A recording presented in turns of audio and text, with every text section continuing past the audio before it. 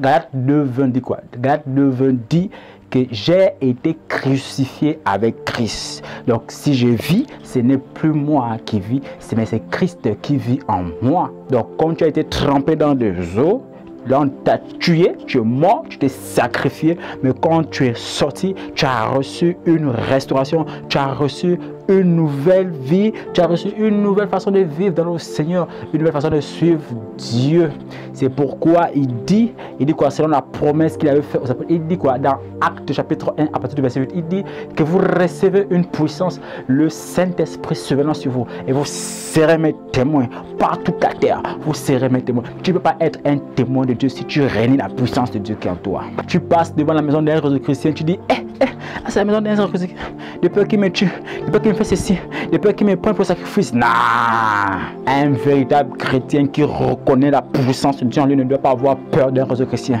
Même quand tu marches devant le nganga, tu ne dois pas avoir peur d'un nganga. Même quand tu marches devant le bouti, tu ne dois pas avoir peur du bouti, mais tu dois marcher parce que tu as reçu les âmes spirituelles. Tu dois combattre les forces des ténèbres. Mabroba Satakayaba. Quand tu as reçu la puissance de Dieu, c'est un revêtement de puissance qui te donne la force et le courage, qui te donne l'onction, qui te donne l'autorité afin de marcher sur toute la puissance de l'ennemi. Afin de, oh là là, beaucoup de chrétiens ne connaissent pas encore réellement quelle est la puissance qui se cache en eux. Beaucoup ne connaissent pas la puissance qui est en eux. D'autres vont à l'église parce qu'ils veulent la suivre. Non, frère. Tu dois te réveiller et savoir que la vie que tu mènes, c'est une vie qui n'est pas facile. Il y a des hauts, il y a des bas. Il y a des combats, il y a la joie, il y a les fêtes, il y a le mariage, il y a aussi le combat. Ton combat est spirituel. Tu dois te lever un matin pour dire, Seigneur, ce matin, je me lève au nom de Jésus comme un soldat. Je veux marcher comme le roi David. Je veux marcher comme David devant Goliath. Je veux marcher comme David devant Satan. Je veux marcher comme David devant toutes sortes de la sorcellerie. Parce que tu n'es pas n'importe qui. Un vrai chrétien qui connaît réellement son identité spirituelle. C'est le monde des ténèbres qui doit avoir peur et pas toi. L'onction de Dieu demeure en toi. Mais les chrétiens ont peur. Oh, c'est un gros nganga. On ne peut pas aller là-bas. Si on peut arriver à nous sacrifier. Je n'arrive pas à enfanter. Je n'arrive pas à enfanter. Tu ne veux pas prier. Mes choses n'avancent pas. Mes choses n'arrivent pas. Je suis malade. Non, frère. Jusqu'à quand? Aïe, aïe. Jusqu'à quand? Vas-tu le dire? Un véritable chrétien connaît l'autorité de Dieu en lui, l'autorité de la parole de Dieu. Quand tu pars, tu marches avec influence, les gens ont peur de toi. Les gens te craignent, oui, les gens te craignent parce que c'est Jésus qui est en toi. Ne pas te distinguer. Aïe, aïe, aïe. Alléluia.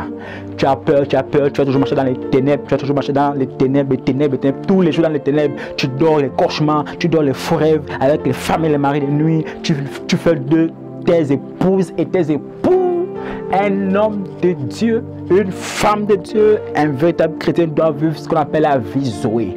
Tu dois affronter les problèmes. Écoutez, il faut être comme l'aigle. Lorsque l'aigle, il y a la tempête, l'aigle affronte la tempête. Et l'aigle entre jusqu'au milieu de la tempête. Et lorsqu'il arrive dans la tempête, il perce le fond de la tempête et il déploie ses ailes. Et oh Rabasat Kayaba.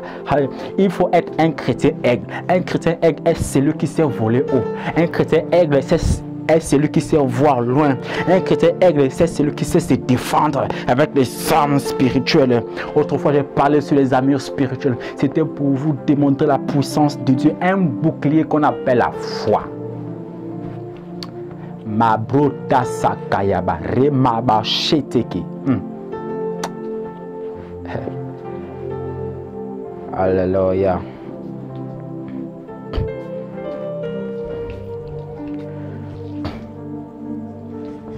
Écoute, dis quoi? Luc 10, 19 dit ceci. Je vous ai donné le pouvoir de marcher sur le serpent, sur le scorpion, sur toute la puissance de l'ennemi. Et il vous a même assuré que rien ne pourra vous nuire. Rien ne pourra vous nuire. Rien ne pourra vous nuire. Je vous ai donné le le pouvoir de marcher sur le serpent, sur le scorpion comme un soldat, sur toute la puissance de l'ennemi. Et rien ne pourra nuire, même si ce sont les parents ou des hommes, mais rien ne pourra te nuire parce que Dieu te donne cette ferme assurance que Dieu et ni personne ne pourra te nuire. Aujourd'hui, quand une femme chrétienne voit un cafard, c'est comme si elle a vu le lion. Oh non! Quand une femme voit la souris, quand un homme voit un serpent, il va chercher. Non! Aïe aïe aïe. Quand une femme voit souris là, c'est la fête. Quand elle voit le cafard, c'est la fête. J'ai besoin de nos pouvoirs de marcher sur la puissance de l'ennemi et rien ne pourra te nuire. Il t'assure même que rien ne pourra te nuire. Mais vous avez peur de ceci, vous avez peur de cela, vous avez peur de ceci. Alors, mais quelle est alors l'autorité de Christ? Bon, quelle est l'autorité qui est en toi? C'est pas l'autorité de Christ parce que l'autorité de Christ t'amène à dominer. Et il dit quoi? Il dit que même si vous buvez quelques breuvages mortels, il ne vous fera point de mal. Même si tu arrives à boire quelque chose qui va t'amener à la mort, ça ne t'amènera jamais à la mort. Un homme, une femme de prière doit être revêtu du feu de l'esprit. Oh yaya, il y a ce qu'on appelle le réveil de feu et le réveil de la pluie. Mais un véritable chrétien doit être revêtu du réveil du feu. Il faut que le feu naisse en toi, ce feu qui va brûler, un feu qui est plus que le feu ardent. Aïe, il dit quoi? Il a fait de ses serviteurs des flammes de feu afin de dominer. Ce sont les âmes que tu as reçues. Tu as reçu les âmes, tu as reçu le bouclier, tu as reçu la ceinture, tu as reçu les chaussures de l'évangile, tu as reçu le caxe et l'épée. Ensuite, tu as encore reçu le feu afin de dominer, de calciner, de brûler, de découper tout mauvais esprit qui ne vient pas de la gloire de Dieu. Mais toi, chrétien, tu as peur même d'un petit moustique, une petite fourmi, un petit margouille. Aïe, oui. Non, frère. Où est ton autorité? Même quand un goulet de la famille tente de te... Même quand un goulet de la famille tente de te faire périr, il n'aboutira à rien. Parce que toi, si tu vis, ce n'est pas parce que c'est toi qui es là, mais parce que Christ est en toi. Pourquoi? Parce que quand tu réalises que ton corps est le temple du Saint-Esprit, c'est que toute la puissance, les âmes, l'autorité, l'onction, la puissance du Saint-Esprit est en toi. Écoute, Dieu n'est pas en toi. Tu as vu un homme qui est dans un homme. Dieu est vaste. Écoute, Dieu tient le monde dans ses mains, comme ça. Dieu tient le monde comme ça, le globe terrestre là, comme ça, dans ses mains comme ça.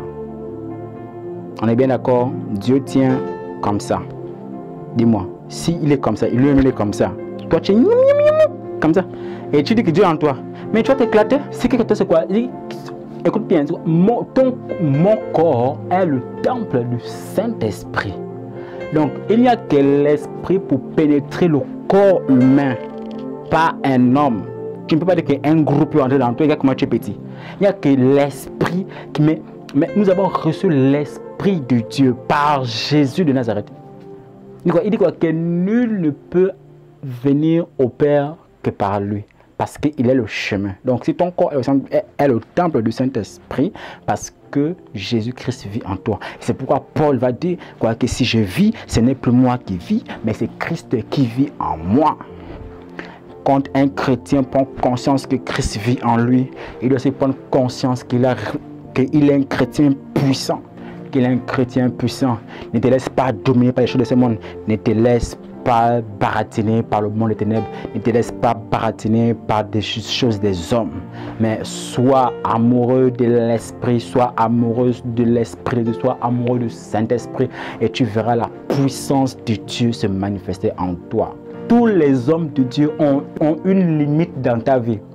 Tous les hommes de Dieu ont une limite dans vos vies. Il va arriver qu'un homme de Dieu va aller et un temps il va s'arrêter. Toi, tu dois maintenant faire. Parce que si par exemple il est minuit, il est 1h du matin, le pasteur, l'homme de Dieu est marié avec sa femme, il dort. Tu vas prendre ton téléphone, tu vas appeler. Tu as cherché un problème? Tu as cherché un problème. Là, tu as même gaspillé au foyer de quelqu'un. Tu vas prendre le téléphone, tu vas appeler mari détruit. Oh, pasteur, j'arrive pas à dormir. Oh, Dieu n'a pas dit ici que vous, pasteur, vous recevez une puissance. Vous avez reçu l'onction de chasser les démons. Non, il n'a pas précisé, mais il a dit, vous recevez une puissance. Le Saint-Esprit se venant sur vous, vous serez mes témoins. Et il dit encore dans Luc 10, que je vous ai donné le pouvoir de marcher sur le serpent, sur le scorpion, sur toute la puissance de l'ennemi. Il a dit que je vais vers le Père, mais je serai avec vous jusqu'à la fin des temps. Le pauvre pasteur dort, tu la mets à 24h, 1h du matin. Et c'est le pasteur, il y a ces hommes de Dieu qui aiment ça. Pendant que tu dors, le téléphone sonne. Pasteur, prie pour moi, prophète, prie pour moi, apporte, prie pour moi. Aïe, aïe, aïe, aïe. Mais quel genre de chrétien êtes-vous si vous n'avez pas cette ferme assurance que tu es un véritable chrétien qui a la puissance de Dieu? C'est pourquoi, quand on dit prier, vous ne voulez pas prier. Parce qu'on dit que jeûner, vous ne voulez pas jeûner. Quand vous dites que faites des sacrifices, faites des retraites, vous ne voulez pas faire des retraites. Mais quand il s'agit d'embêter les hommes de Dieu, vous les embêtez gravement.